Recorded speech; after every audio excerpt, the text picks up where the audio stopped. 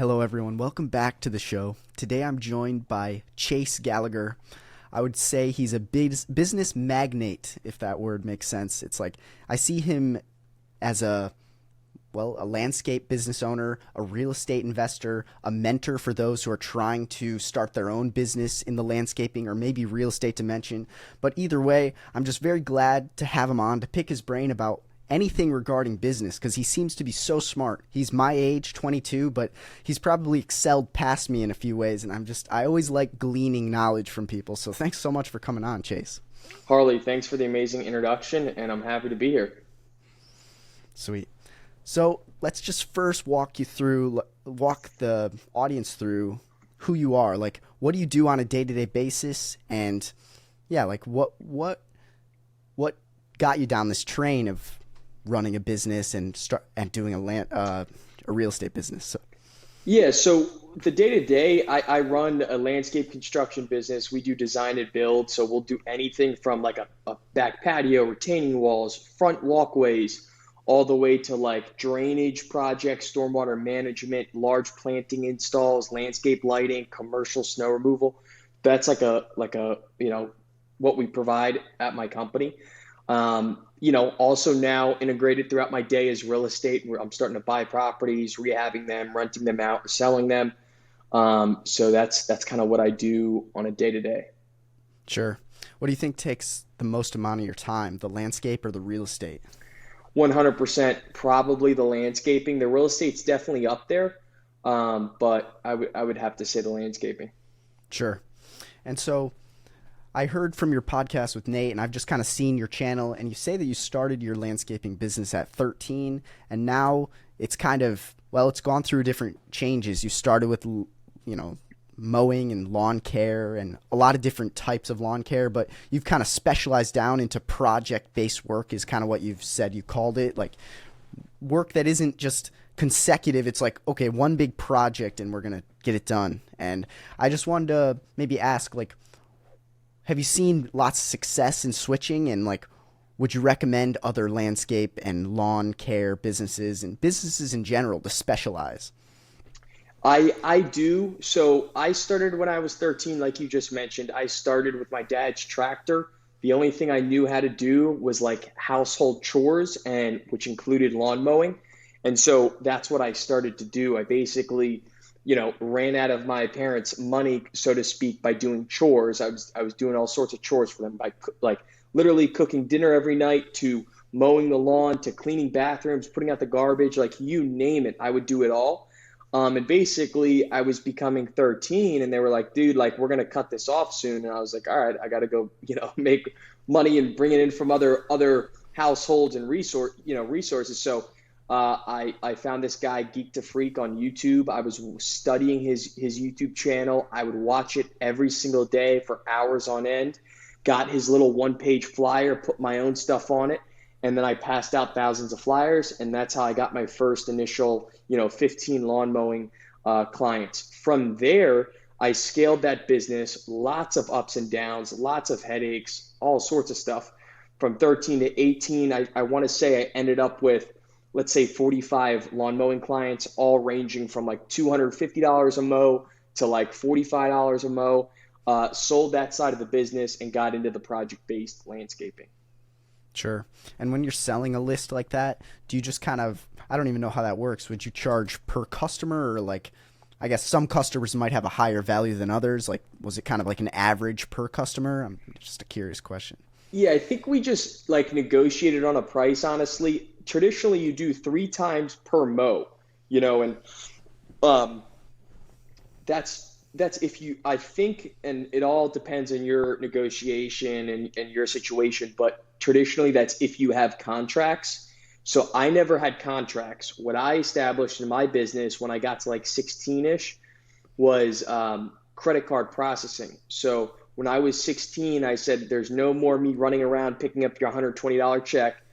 If you're going to be a client, you're going to put a credit card on file, and I'm going to charge it at the end of each month automatically. And so nice. I never had contracts. I would just charge the card at the end of each service. And so basically how I sold the lawn list. The guy, not the guy, a buddy of mine that owned a local landscaping business. I think we just became like, I think he bought a trailer from me or something. I think what was going on is he bought my grass mowing trailer, and he was like, "Well, why are you selling this?" And I was like, "Oh, I'm selling my lawn list." And he was like, "Oh, I want to buy that too." So basically, he just gave me 5 G's cash, and he, and we went through the list and blah blah blah blah blah. And I guess he signed a non-disclosure or something. I ran through all the properties for him, and let's say he gave me 5 grand at the beginning of March. Second week of March, I sent out an email blast CCing him and all my clients on it, saying, "Hey, here's your new lawnmower, provider. Same price. He knows the in and outs of your property. I trained him on it, and we will be still taking care of all your project-based work, anything from spring cleanups, trimming, pruning, to fall cleanups, to hardscaping, drainage, you name it." Sure. Yeah, that's pretty cool. It's cool to see that the guy was interested and that transaction worked out well, and the customers were still satisfied and you were satisfied. And yeah, he's still satisfied, yeah, go ahead. and we still do business to this day. Literally, I posted a story about me talking about commercial snow accounts. My buddy Tony swiped up, "Hey man, I got this and this available. If you need it for snow, let me know." It's like, boom, I'll take it. Boom. That's great. That's awesome. And yeah, because coming from my experience, my mom started a cleaning business when she was in college, and it's kind of grown to bigger size. About 4 years ago, it was maybe 300K mark, but over the past 4 years, my mom and I'm like second in charge. We've kind of grown it to about $1 million a year.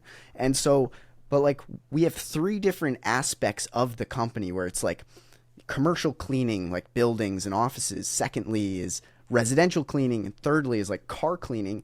And I see kind of the beauty of what you're saying, where it's like get rid of the 2 things that aren't bringing you as much revenue and focus heavily on the percentage of the customers that bring in the most amount of revenue or profit. But it's just so hard for me to always know, like, where do you string the balance between, like, what's the right word here, diversification and having like a list of many services to do, and when do you like, I'm doing this one thing and I'm going to do it the best? And like, I'm just curious, like, how diversified do you want to be? Do you want to just keep sticking with project? I'm sure there's a ton of diversity within just project, but yeah.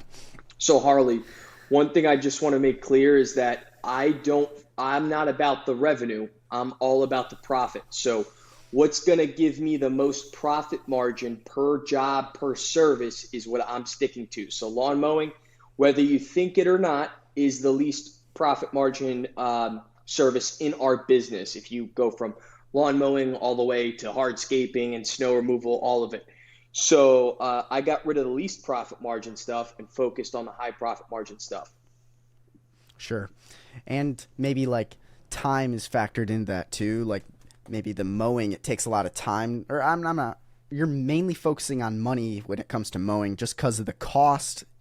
They're not paying you that much in money, but there might also be another side of it where it's like, how much headache and time is this customer taking up when in reality they're not bringing in as much profit? Those are the kind of 2 metrics I'm using trying to analyze my mom's company. But I'm seeing you as an example, and I showed her your profile and I was like, look what happens when you specialize, Mom. Look at him. He's 22, he's my age, and he's exploding. And so like, I appreciate you going down that route and kind of inspiring me. But yeah. And so at the simplest level, it's the profit margin. What's giving me the most money in my pocket at the end of the day? And I realized that I can mow lawns for 12 hours a day with a helper and make $800, $1,000 profit, maybe.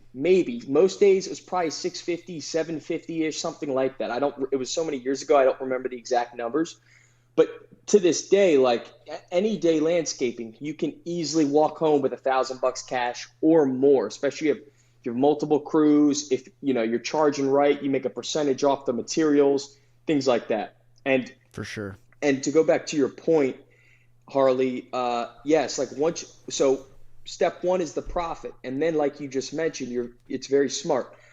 I don't want to go and waste my resources, your time as a business owner, going to someone's house, going to someone's business, trying to sell myself on a $45 product. I want to sell myself, or I want to sell that client on a 4,500, a 5G, a 10G, $45,000 product. For sure, man. Yeah, that's a great point. Yeah, I like that.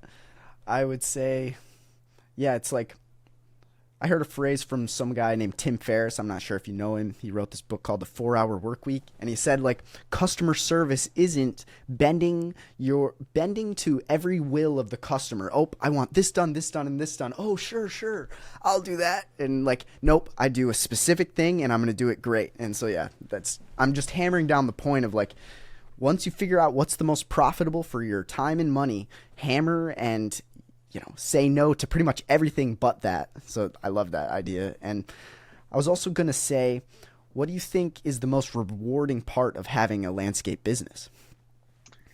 I mean, there's many aspects to it. You could look at if you're, want to just go not basic, but what I find, what I get happiness from is the before and after, right? We're taking someone's crappy front yard or backyard, or they're getting water in their basement, and we're creating a solution. We're selling them on ourselves, and then we're installing and building that on their property. And I love to see the before and afters.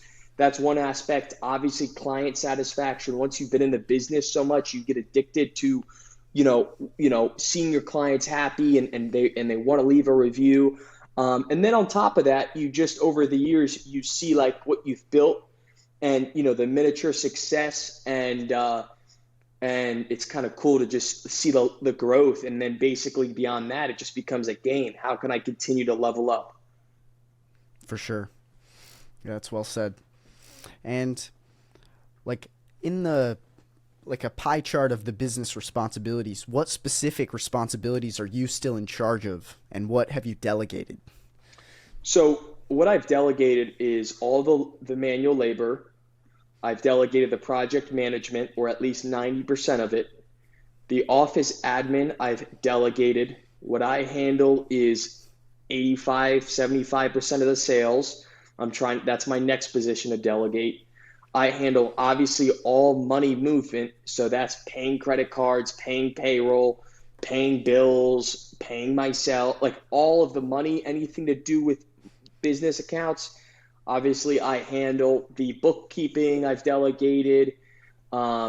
Maintenance of the equipment, I've delegated.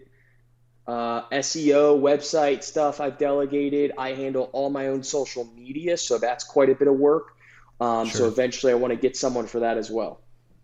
Nice. And like, what kind of sales are you talking about? Are you talking on the phone sales, in-person sales, or like email sales, or in-person consultations? Okay. So like you'll go to their house, kind of like walk around, snap some pics, and start like selling them on what you feel would be the best, solution to their yard, or. Yeah. I mean, we do take like videos of just what the estimate includes. That way the whole team knows. Like, for instance, when I'm out of town, my project manager is trained to do sales appointments. So Nice. on top of that, my assistant books our schedule. So like, she'll field all the calls that come in. She knows I do estimates Tuesdays and Thursdays. In the busy time, she'll route them so I'm not driving back and forth across town. Great. Things like that, Harley. So what I was getting back to is my project manager will go do those estimates when I'm out of town. And so he's trained to put in how much time. He's trained to put in the materials. She'll type everything up. So she'll take his private notes, type it up into a nice like proposal, like a salesy, nicely written proposal, put all the info I need at the bottom. I put our price on it, and I send it out. And so like that's something we've been doing more and more of, and I'm trying to do, more of that. Sure. That's great. Yeah. And when your assistant who answers the phone is answering the phone, what system do you guys use? I know you use Jobber. Is that the only software you use? Or do you use other softwares for payroll or for accounting? Yes. Yeah. So like QuickBooks, my accountant used for bookkeeping. ADP is like a business. We use them for payroll. Jobber, we use them to run our day-to-day, business. All our clients are in there. The job sites are in there. I mean, you name it, dude. Billing, like we get paid through Jobber on certain jobs, all that kind of Got it. stuff. So the calls come into a call center and they're trained on what I want them to say. They collect certain data. It comes into our email. When my assistant's available that day, we do same day response. She'll call everyone up, screen the people, make sure they're serious, and then book them. Oh, that's so smart. So you have a call center that takes care, harvests their data in some sense, gives it to you, and you have your assistant go out and call them up within 24 hours, hopefully. Yes, that's really within smart. 24 hours. Like, I'm not trying to let's see here. I'm trying to show my mom the beauty of these, delegate, automate, and eliminate tasks that you have to do. Like, I'm a huge fan of free up your time so that you can spend your time on the even more valuable things or the next project or the next business. And you're just a prime example of doing it. What I've done for my business is the tasks that I've learned, I've hired systems or I've built systems. I've hired people to automate. Now I have time in my life again. I'm trying to assist my mom. Right now she still answers the phone. And I'm that's just a huge bottleneck. I'm not talking down on her. She loves to talk to people and she just, this business is kind of her life. She loves it. But just the beauty of trusting someone else, even though the call center people might not be as totally amazing and as enthusiastic as Chase would be on the phone, they're doing it 85% as good, and you're still bringing in the customer, and your time is now saved. And so I love this kind of argument. Yeah, 100%. If your mom's $1 million company, and everyone's different, but if she wants to continue to scale, she's gonna have to delegate stuff. So I would hire an office person, even if it's a stay-at-home person. You can still train that person to use a business phone, to use the CRM, call these people. It's very simple to do this. You just have to want to, and then obviously the back end of it is it costs money. And everyone's in the short term, everyone's well, damn, it's going to cost me whatever, 2, 5, 10, 20 G's, whatever, in the next 90 days. But it'll make up for itself. Give it 90 days and see what happens. For sure. And that's what I've been doing. I've hired 2 assistants, one for me, one for my mom, and it's working great. And so I love it. And I just wanted to get your opinions on some of this. And yeah, and you say you might have said it, but what are your next areas that you want to delegate? Sales position. So I have the infield team. I have access to labor. Obviously, anyone could go buy trucks and equipment. I have the project manager. Now I'm just looking to get a sales, a killer salesperson in my business. Nice. They would go around and do the estimates for you? 100%. Got it. Okay. Yep. And also, I want to pick your brain on the power of social media and business, that combination. I see you're utilizing that a lot. How many new customers have you gotten through your social media? I'm just curious. I can't name an exact number. I would say dozens. My Instagram this past year has done very well for us, so that's great. Facebook has done well, my personal Facebook. So I've gotten tons, actually more than dozens, probably over 100, because if you're talking about Facebook groups, I've gotten so many crazy jobs off that. So social media is key, man, for you guys. Obviously, Harley, you're doing it right now. The vibe, and any small business owner, I know you don't want to sit there for an hour or two every single night and post and literally do that for a year, 2 years, and then you'll start seeing results. But I'm telling you, I'm at the breaking point where it's about a year or 2 years, and I'm just starting to see the results. It's totally worth it. Or you can go out and spend ad spend and get a 50-50, Sure. Yeah, it's true. And now they get to know you. I haven't met you, but it's you're really good at setting up your personal brand in a way where it's you showcase your business, you showcase other personal areas of your life. Maybe not all of it, of course, which is good, but it's now the person can be sold on Chase Gallagher. Who is Chase? Oh, well, let's just take a look. And it's not there's not as much resistance to get to know about CMG and anything. It's you can do a whole history lesson on CMG and learn a ton. And by the time it's out of the few choices of landscapers in in Pennsylvania area that you're in, it's like, well, I'm going to choose Chase because look at how vulnerable and open he is about his projects and about his life. And, he's very trustworthy. And I like that strategy. Yeah, and it's like So, yeah, they're welcome. watching a reality TV show of a local landscaper. You know what I'm saying? And it's like For they sure. they want to work with you then. So it's a great thing if you guys just can hop on it and start now. It's really great, and it's a different vertical too. Like a lot of landscapers, a lot of cleaning businesses, any old any service-based business really hasn't the majority of us haven't really stepped into the new era. And so if you can take advantage of it, it'll be very rewarding. For sure. Yeah, it's true. And kind of siding into a next subject, which is what are the previous mentors that you've had in growing your business, or maybe life mentors too? Or do you have any current mentors? And do you plan to continue getting mentors in your life and in your business? 100%, dude. I have so many mentors. It's crazy. I've had like paid mentors. I've had non-paid mentors. I've had guidance and just conversations. I've watched YouTube videos. Gary Vee is one of my For mentors. Have sure. I ever met him in person? No, but I've watched hundreds and hundreds and hundreds of hours of his content. So, um, yeah, I mean, just to name a few, like Eric Spofford, that's one guy. This year I've mentored under. Troy Kearns was a guy last year. Currently, currently Eric Spofford. There's a bunch of them.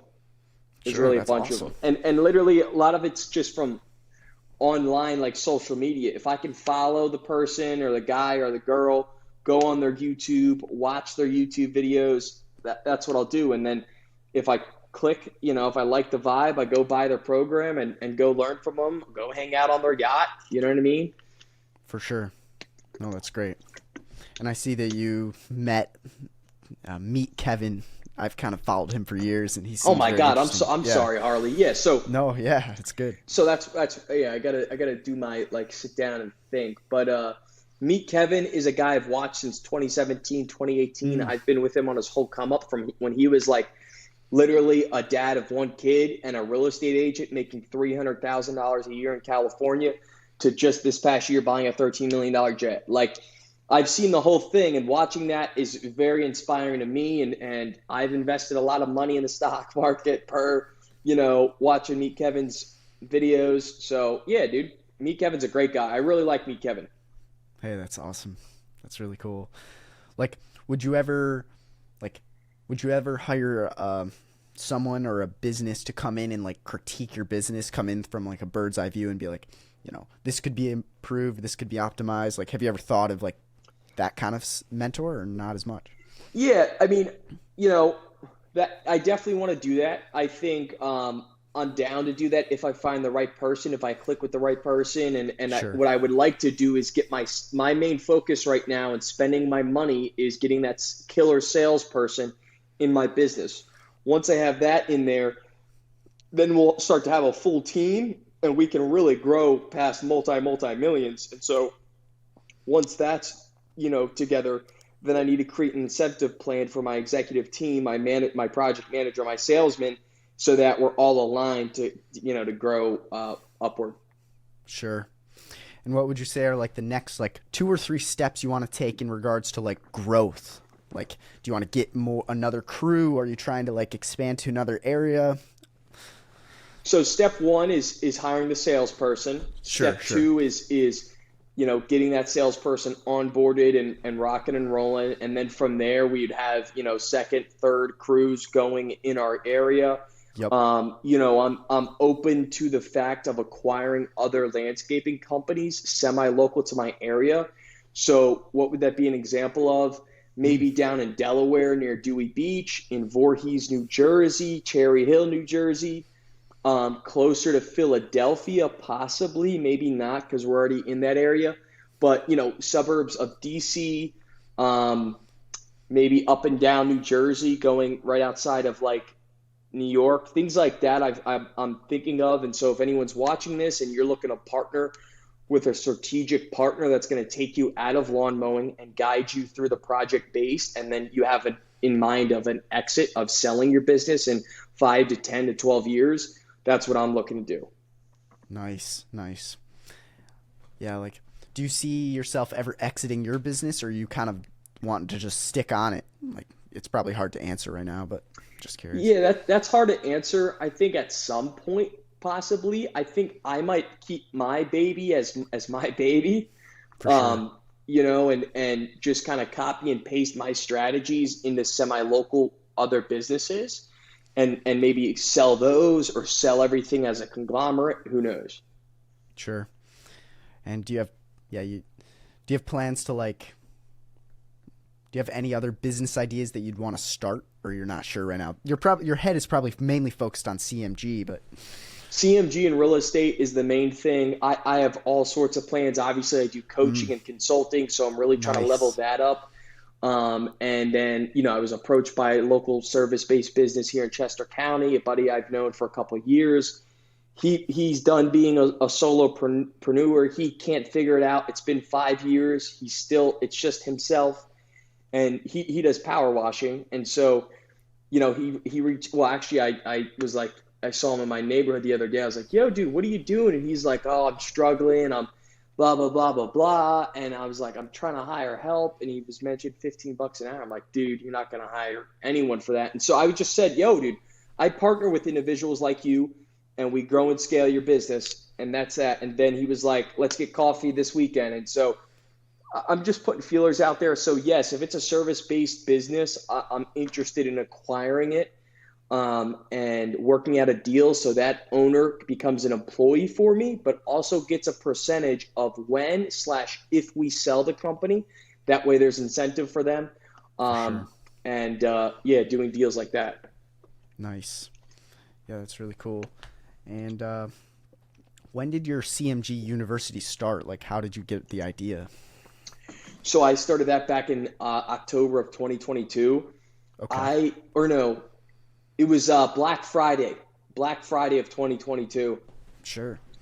Long story short, I started posting on social media, just videos of like literally about my life. So I had a mentor at the time, Troy Kearns. I was in his real estate program, and he's like, dude, we got to know each other pretty well. And he's like, dude, all you got to do is post videos about what you're doing. You don't have to even like make bullshit up. You don't have to produce videos. Like literally it'd be like, I'd post a video about me paying my Amex bill that was 50 G's like off, like, or I'd make video, like all sorts of just stuff and of my life, and it gained traction and attention, and it does to this day. And so basically you start getting DMs and messages, and long story short, I started one-on-oneing two of these guys, and I was like, yo, let's just do a coaching program. You pay me once, you're good for a year or whatever it was. And that's how it started. 2 guys, then 6, and then a dozen.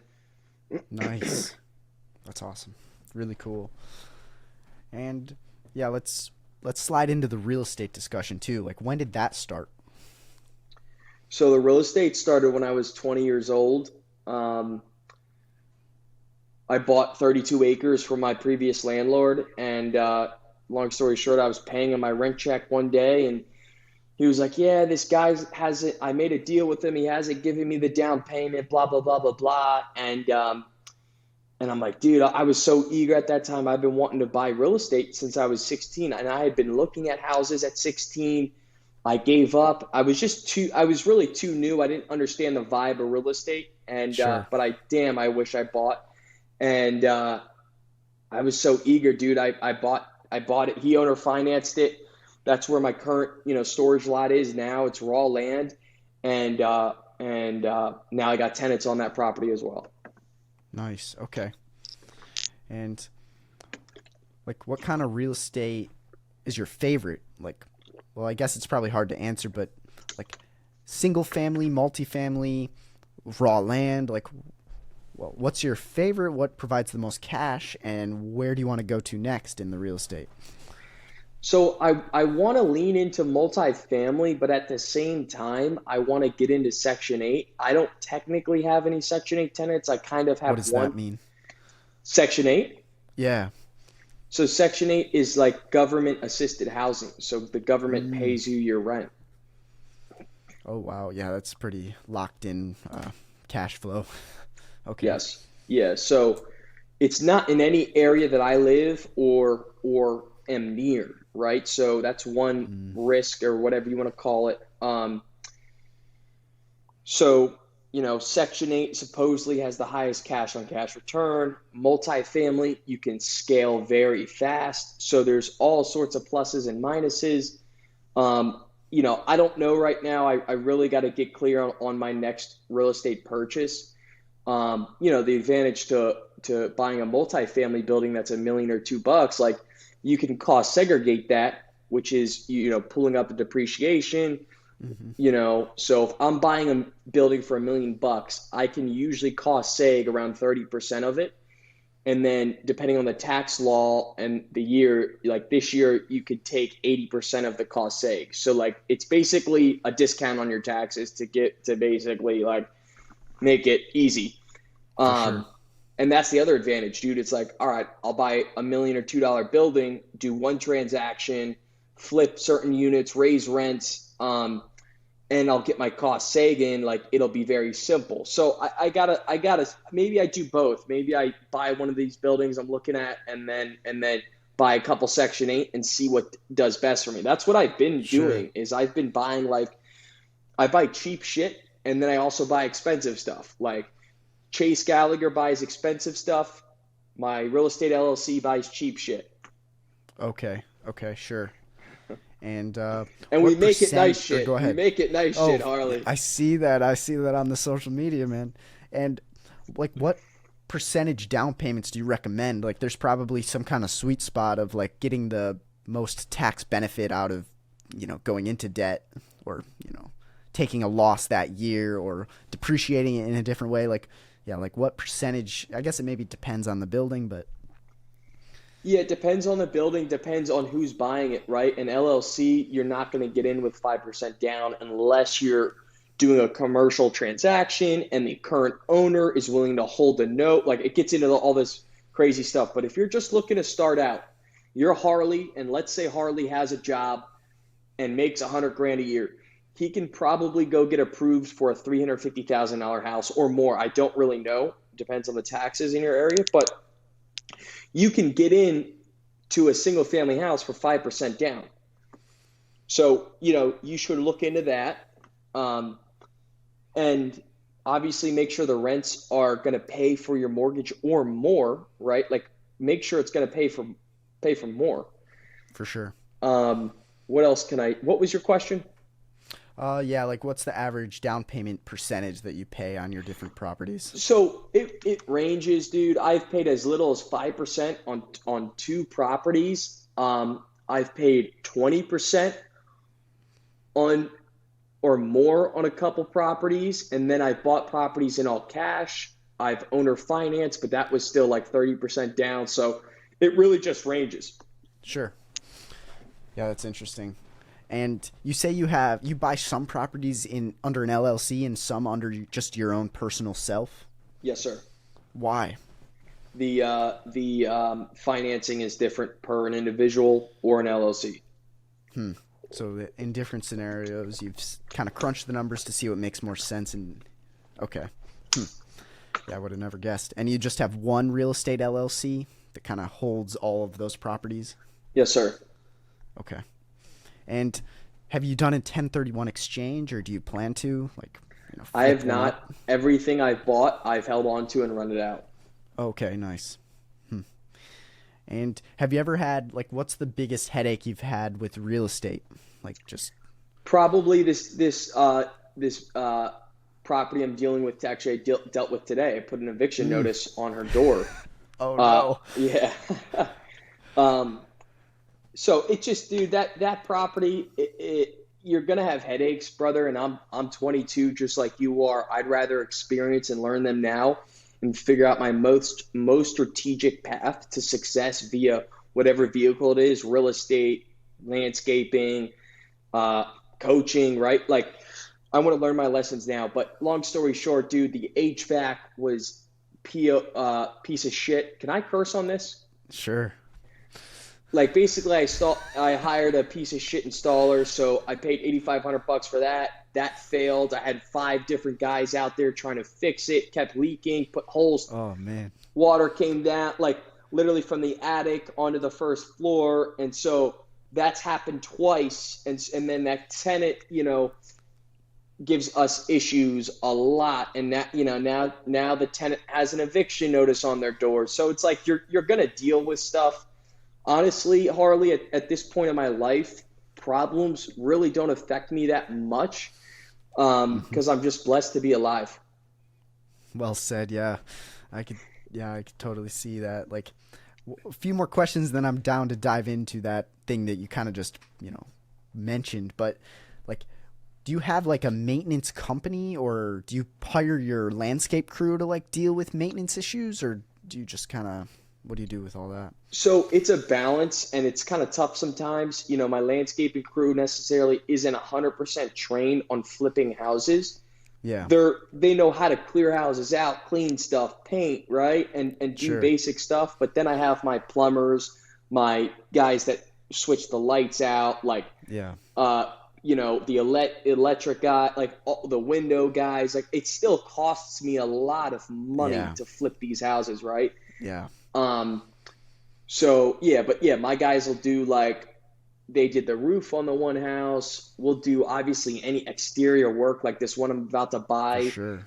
It just needs it just needs a junk crew, which my guys can do that. I'll park a bin out front and my guys will empty out the house for a day. They'll redo all the landscaping outside, and then, I'll try to sell it right after we clean it up. If it doesn't sell, I'll do the whole rehab, and I'll probably just burn myself out. So here's a strategy for you. My LLC is buying the house in all cash for obviously under market value. My crew's going to go in there, clear the house out, and clear the whole landscape, make it look beautiful, or as I say now, bonito, because my crew speaks Spanish, and now that's Heck my yeah. new word. And I'm gonna relist it and try to attract like real deal flippers. I'm like a like newbie flipper. For sure. So But still. exactly, if someone wants to pick it up after my guy's been in it for like a couple days and clean it up, by all means take it. If they don't, then I'm gonna finish off the 2 bathrooms. I'm gonna clean the whole house up and most likely rent it out. And then what I'll do is Chase Gallagher will buy that house from my LLC and pull all the equity out of it. And then and that's how you do it. So then you'll have a higher valued house that your LLC put all the work into, and now you have like an asset that's worth more, and now it's on your asset to debt ratio. It's just over there, so you can now leverage it against other buys maybe. Exactly. Yeah. So that's one strategy, and that's a costly strategy. Either way you do it in real estate, dude, it kind of sucks. It costs lots of money. So like if I were to do private money on this deal, it would probably cost me 6 to 8 grand just on the cost of borrowing the money. So I said, all right, I'm going to use my own cash for this deal. Putting up my cash, I'm going to buy it. Then I'm going to put up my cash to do all the rehab if it doesn't sell. So there's that. So then if Chase Gallagher buys that property, you then have to pay another transfer tax. You have to pay the 1%. Like it keeps going. And so, but I get my couple $100 grand all back. So, it's worth it. For sure. Okay. Yeah. And then you don't have the interest to worry about. Okay. Well, you would have interest. Now I'm paying 8% on, if it's $450,000, I'm still paying interest on that. Now you have to find a tenant that will cover your mortgage. Okay. Yeah, I could see how it's a very difficult, complicated, but also you almost just have to start somewhere and learn almost. Sure, you can have mentors, but like you probably didn't really know what you were doing and you started and then you're like, okay, now I'm getting more of a strategy. I plan to get into it in the next few years. I don't know when or how. I should have more of a plan, but I don't know. We'll see. But it's very inspiring to see that you're doing this 8 properties or 10? How many do you have now? It's like 8 or 9 properties, and I think this one that I'm closing on will be my 10th. Nice, nice. And I want to switch to like your nonprofit scenario that you were advertising about. I know that you were helping fund for a nonprofit that helps for people that are needing kidney replacement.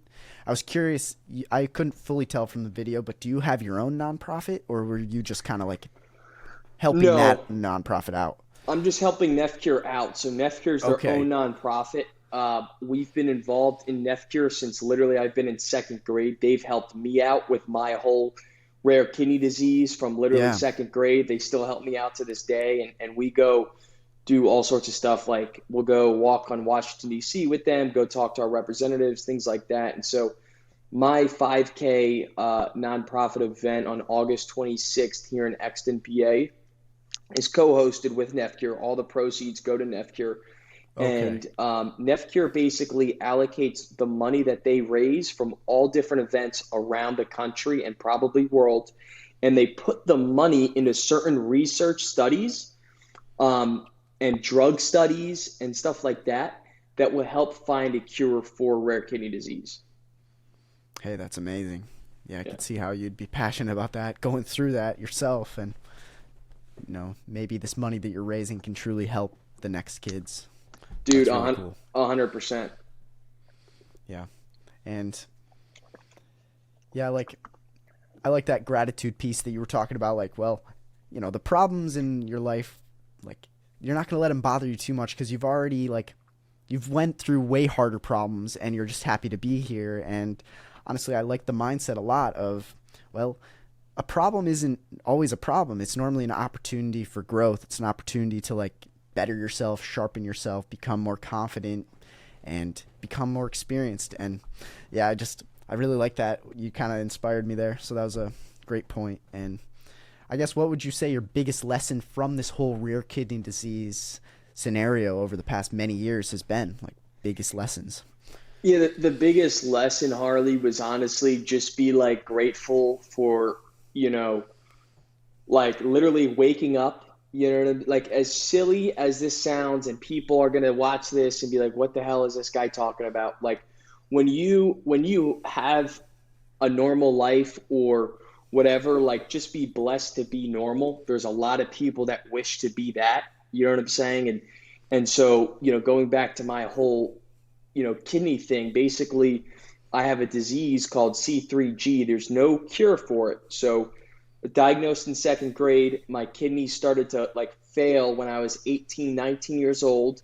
And basically they went into failure and I had a kidney transplant at 20, August 26th of 2020. So we host my nonprofit event, Mm, every year on the date. And so, what I learned through that process was definitely a lot of different things, but I for just sure. learned, like, literally, I just remember when I got out of the hospital, and even a couple days when I was in the hospital, like I just remember thinking like, damn, like I'm thankful for my breaths, my words, and my steps. Like it took me at least a week to start walking normally, but I was just thankful for all that. No, that's really cool.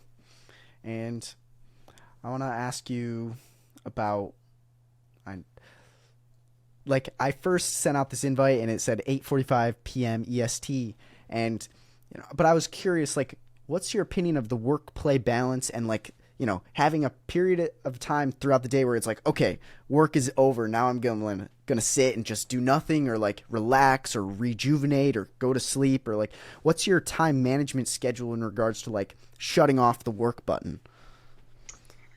Yeah, I mean, as silly as this might sound, I don't know if I have like a shut off button. Sure. But I think my body self balances. Like last night, I come up Mm, here like in my little office area and like I try to bang out emails or social media, and I might end up scrolling on TikTok for 30 minutes, but it is what it is. It was God's plan all sure. along. And so, Yeah. like but I usually just work till whatever, 6, 7 o'clock. I Hmm. wake up usually anywhere between like in the spring season, I'm up early. I'm probably up at 6:30. I work out every single morning. Oh, Um, nice. then I usually go get some coffee and I usually hit the bank. And then from there, I do my appointments or my management and do that all day till whenever that's done. That's my main priority is what is scheduled for today. And we are getting it done that day, especially in my busy season. And then I come home, clean up all my messes for the day and bang out all my online estimates. And then I start on my social media posts. And then usually I'm wrapping up around 9:30, 10, and I try and head to bed. Nice. Okay, yeah. You're similar to me. It's like I kind of just am grinding throughout the day in a lot of ways. I have a lot of projects. I have quite a few things I do, and so I like to just, I don't know, I don't find that much enjoyment in just kind of sitting and relaxing that often. It's fun occasionally with friends, or I have a girlfriend, and that's fun to like not think about work. But yeah, I was just curious because there's some people who are like, you should finish your work at 6 p.m. and then I'm like, yeah, but what if work is kind of a way to that really you're so passionate about it, and like I don't know, I don't like always stopping when it's like I could just shred some more emails or shred a few more projects on my computer. But Yeah, Harley, yeah, and there's different aspects of work. Obviously, there's in-field work, there's networking events, there's podcasting, and then for there's sure. also like sitting back and making social media posts and responding to comments and doing little Yeah, emails. Um, where was I going? Yeah, so there's all sorts of aspects of work, and honestly, like how I usually handle my life, or at least how I've been doing it for the past 2 years, is when I'm local, it's all about like healthy lifestyle living and working as much as possible. And then when I'm out of town, I try to disconnect and enjoy my vacations and my travel and my mm, trips. It doesn't always go like that, but sure, I do try to like just sit back and enjoy Hawaii, Boston, Miami, wherever I'm at. sure. How often would you say you travel on these kind of excursions? At least once a month. I do a trip at least once a month. Oh, nice. That's Yeah. really cool balance. I like that. Sometimes multiple times a month in the summertime, and it gets to be like a lot. And it's just like by August this time, I'm like, dude, I need to chill out and like not go do anything till November. Sure. No, I totally see that. Yeah, that's awesome.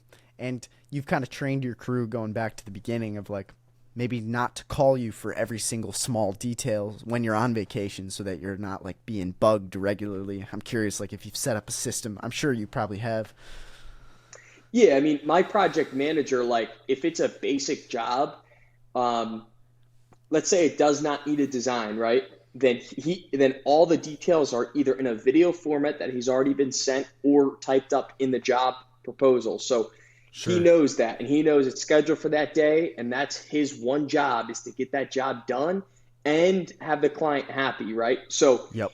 there's that. If it's a bigger design and build project, then what I do is me and him go on site a week before the project starts and we walk the whole thing. I give him the images.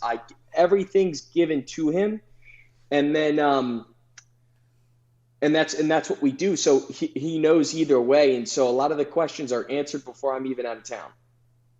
Nice. That's really great. I like that. Yeah, and hmm,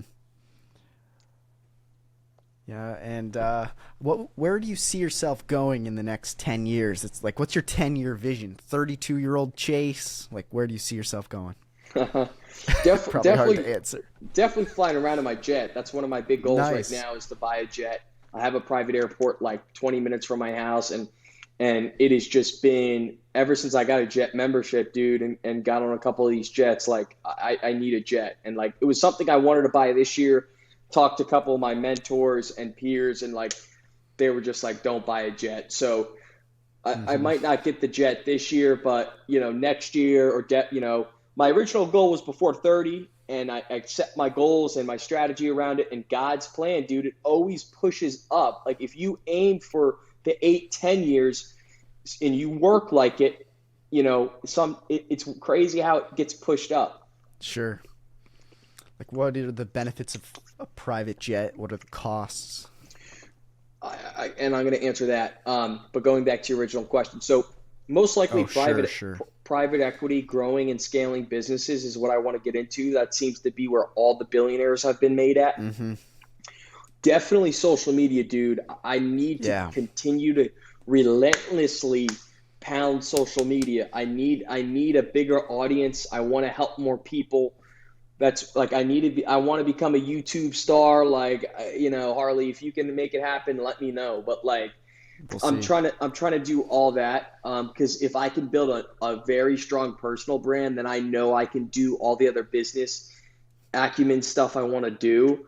So yeah, and then real estate, dude, all my money, not all of it, let's call it 85% of the profit I make, I push right into real estate. That's great. Yeah, that's And then to awesome. answer your question about the jet, so there's many Yeah. benefits. And once you start talking to jet brokers, you kind of get a sense of this. And again, jet brokers want you to buy a jet, so you got to be careful. For But sure.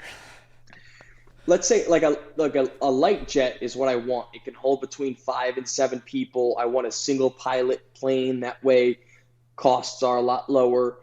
But your non-variable costs on a light jet per year are probably right around $250,000 a year, non-variable. So that probably doesn't include fuel.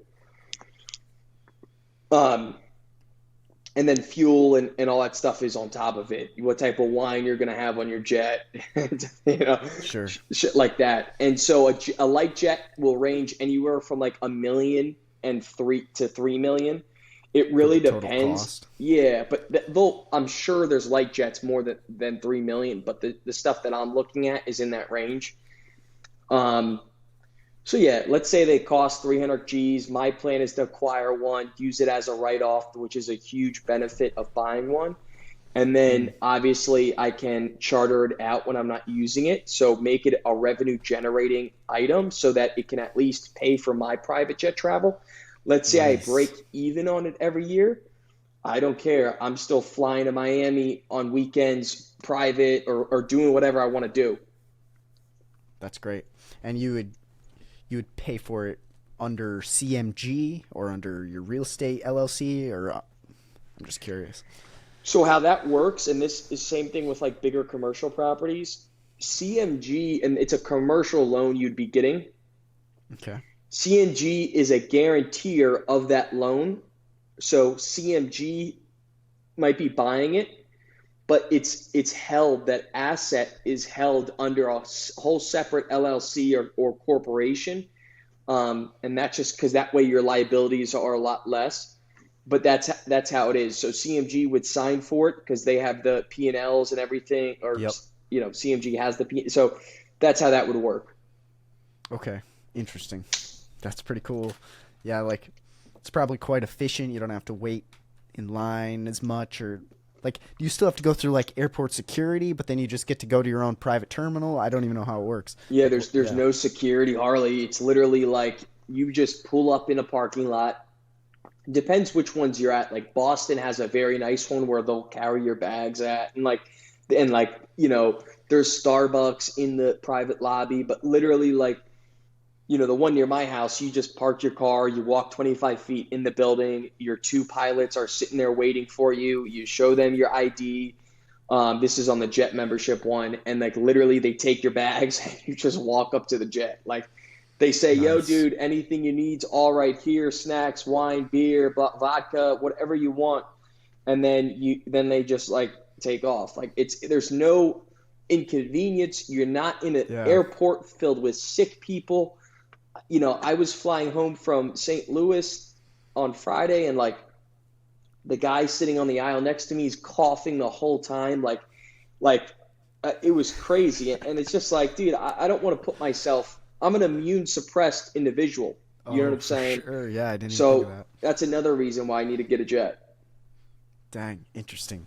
And yeah, like I can see how, like I've heard some people are like buying a jet is not economical, the fuel costs alone, but like if you're smart about it and you rent it out a lot and you depreciate it enough to like make it worth your while and you enjoy the flying enough, like I could totally see how it could totally be worth it.